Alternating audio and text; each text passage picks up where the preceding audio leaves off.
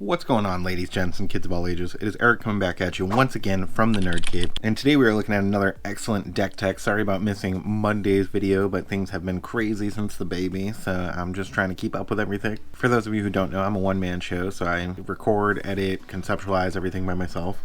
I also run my full-time business by myself, so keeping up with everything sometimes gets a little crazy. I'm also a stay-at-home dad in addition to those things, so keeping up with everything. As always, big shout out to the Patreons for making the giveaways on the channel possible. Got one coming up very soon. We're just a couple hundred subscribers away from that. 2,000 mark and closing in quick. So thank you to all the people who take the time to subscribe to the channel. Link below if you don't know where to go for that. There's also a link at the end of the video to make it even easier if you do want to subscribe. Booster box giveaway coming eventually, so stick around for that. Without any further ado, let's talk about today's deck list, which is going to be set 5 update of Mufasa.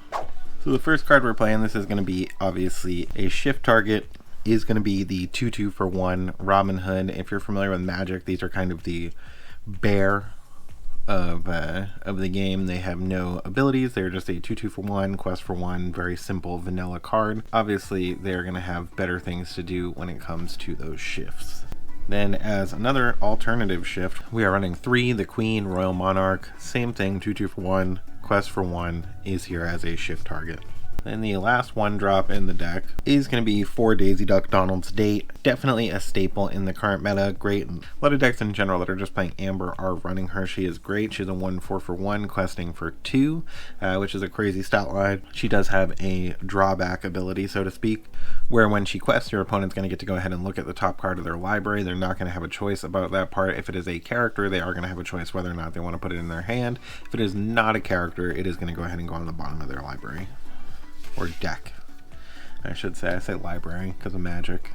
Next up, jumping over to the 2-drop slot, we are on 4 Mr. Smee. Mr. Smee is still a great card. Definitely a card I am happy to have picked up a while ago, got into the foils. He's a 3/3 for 2 questing for 2. Still fantastic stat line, 3/3 for 2, very good. He does also have a negative ability, much like our other favorite 3/3 for 2 Madam Mim Snake, where at the end of your turn, if he's exerted and you don't have a captain character in play, he is going to take 1 damage. Then we are on 2 Doc. I think Doc is pretty great. I think he's getting overlooked quite often in the new meta. If you're not playing a super draw heavy deck particularly, he is very good. This deck isn't super focused on draw. I have things like Rapunzel, which can obviously draw pretty well, but other than that, there's not a whole lot of draw in the deck. But he has a 1/3 stat line for 2, uninkable, questing for 1, but that's not what he's here for. He's here for that ability. When you play this character, you may discard your hand to draw 2 cards. Obviously, it's not always going to be something great. It is a May ability, so you don't have to do it if it's not going to be good and you just want to get him on the board, or if you hit him off of Mufasa when you're down to the last card in your hand, or the couple cards in your hand aren't very useful. Discarding them to draw 2 is great, and Friends on the other side is something that you're paying 3 to draw 2. Obviously, it's singable, which people like about it, but still just drawing 2 cards for a low ink cost in general is great, so getting 2 cards for 2 ink is kind of crazy. Then next up in the 2-drop slot, we are on 4 Kita Royal Warrior. This is not a card you see getting played a whole lot. I was playing Simba in my other version of Mufasa, but since I'm switching over to Steel and I'm playing Kita anyway, I never liked running, when it was just Amber, I never liked running the 1-drop Amber Kita and having even more shift lines in that deck. And I would also not recommend it in this deck, but Kita on the other hand, you can just go ahead and replace the Simba with the Kita, still get that functionality off of the 2-drop slot, and she is going to be a bodyguard for those 2/2s early in the game, and also a shift target for your big Kita. 2/3 bodyguard for 2. Always fantastic. And speaking of shift lines in the deck, we do have 2 Cinderella Knight in Training, a 2-cost 2/2 character. She's also a good way to get rid of any of the uninkables in the deck when they are not doing you any good, or you need to really dig for some ink. So she's a 2/2 for 2, and when you play this character, you may draw a card, and then choose and discard a card. She is also questing for 1, which is fine. Sometimes she's just inking the inkwell. sometimes you use her to get something out of your hand and get something else into your hand. Then we are on 2 Bare Necessities, one of the 2 non-character cards in this deck. I still think Bare Necessities is fantastic in the meta. A lot of people playing songs, locations, and items that are incredibly relevant to what they're doing with their builds. The Bare Necessities being able to take away all of those things from them and allowing you to look at your opponent's hand is fantastic, but it's a 2-cost action song. Look at your opponent's hand and choose any non-character card and make them discard it. Then another 2 of, I'm doing kind of a utility toolbox type of thing with this build, is going to be Pete, Games Referee. He is a 3-cost inkable 3/3 character, still a very solid stat line even on a 3-cost.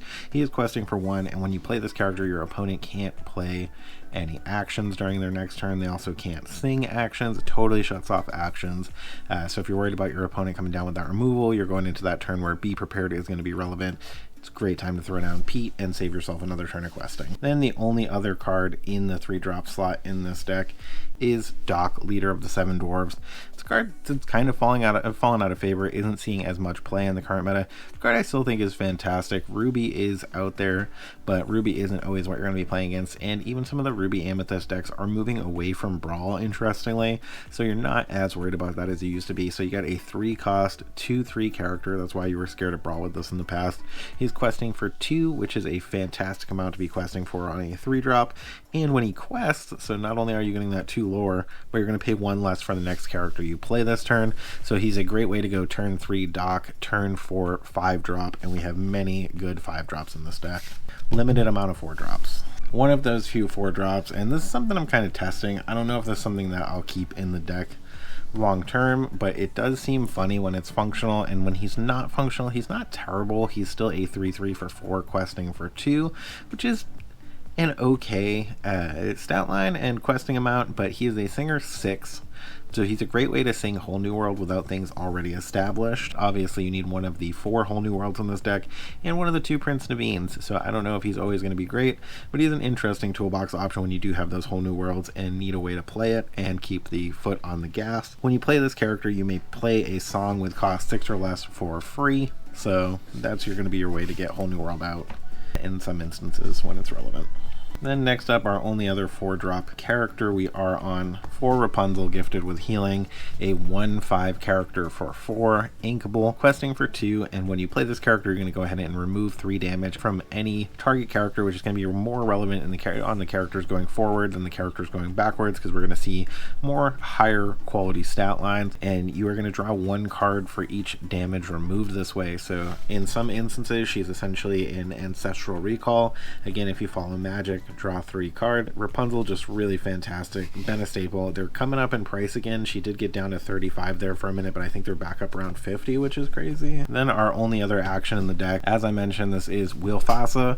So we are on 4 Whole New World, a 5-cost action song, so very much singable with Naveen, and also going to be singable with all the other characters going forward in this deck.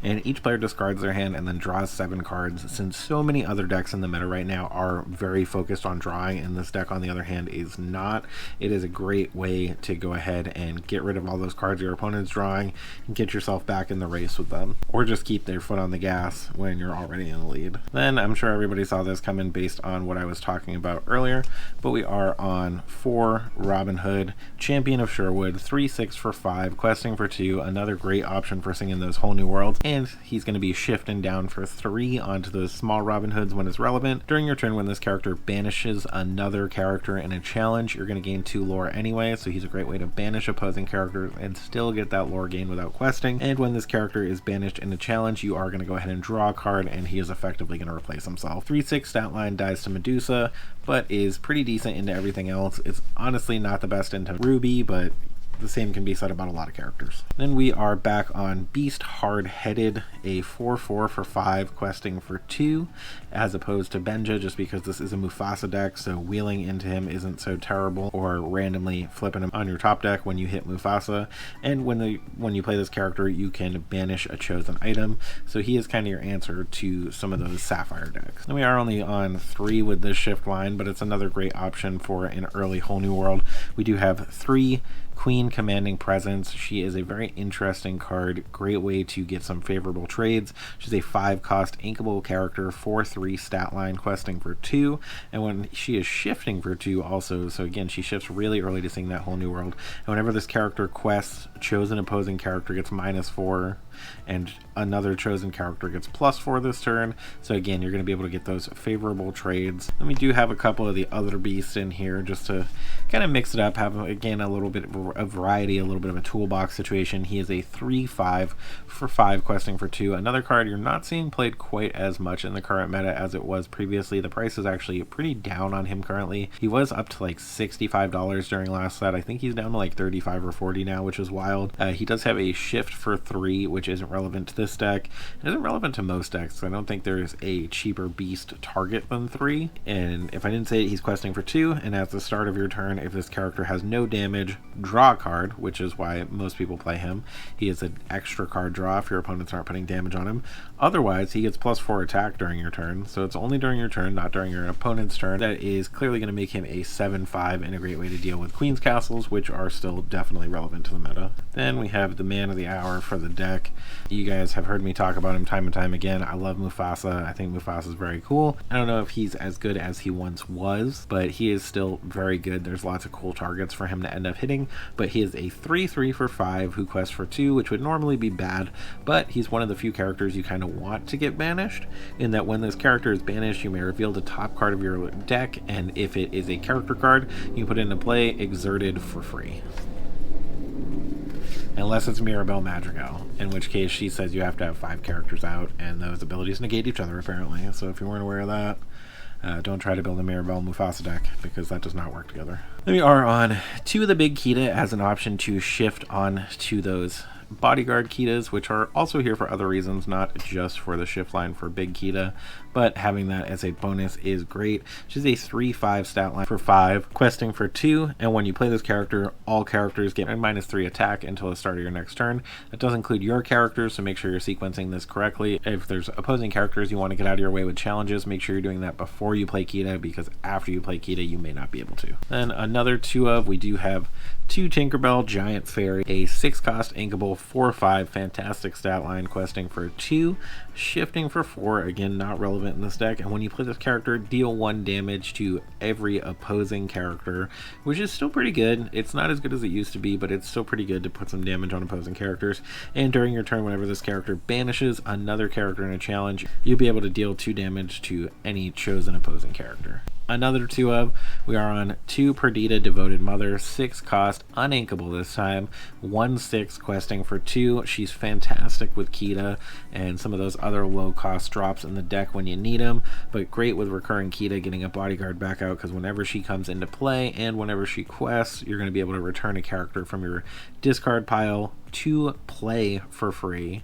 That character doesn't have to be exerted, but if it is a character with something like bodyguard, you can choose to exert it if bodyguarding is relevant at the time, which if you just quested with her and you want to protect her from like a Maui or something, it may be.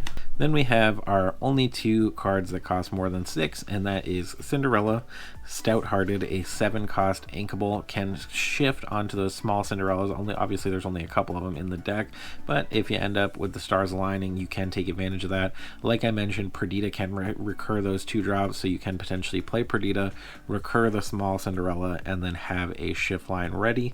She is going to shift for 5. She has a 5/5 stat line, which is fantastic.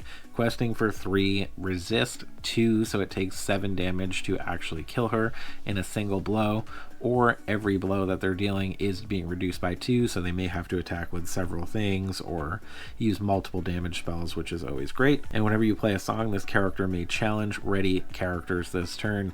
Obviously not something you're going to be taking advantage of a whole lot with this deck, but I will say the 6 non-character cards are all songs, so you could potentially end up in a situation where you are taking advantage of that and challenging an opposing ready character. But I still think Cinderella Stout-Hearted is very good. I think she's particularly very good in the current meta, but I'd love to hear y'all's thoughts on Cinderella Stout-Hearted and this deck in general. Do you think Mufasa has a place in the current meta? It is an incredibly expensive deck, so you think that would make it a pretty good deck, right? But as always, I'd love to hear what you guys think about this list. Definitely let me know if you think this is one you want to check out, one that you're going to play. If you have a very variation of this list or a different Mufasa, I love Mufasa, different Mufasa deck you're working with, I'd love to see links to deck lists in the comments below. I always love to see what you guys are brewing up. And thank you guys so much for sticking around to the end. When you see those toys, video games, and tragic, sad beasts off in the distance, remember, it is not a mirage. You guys have a great day.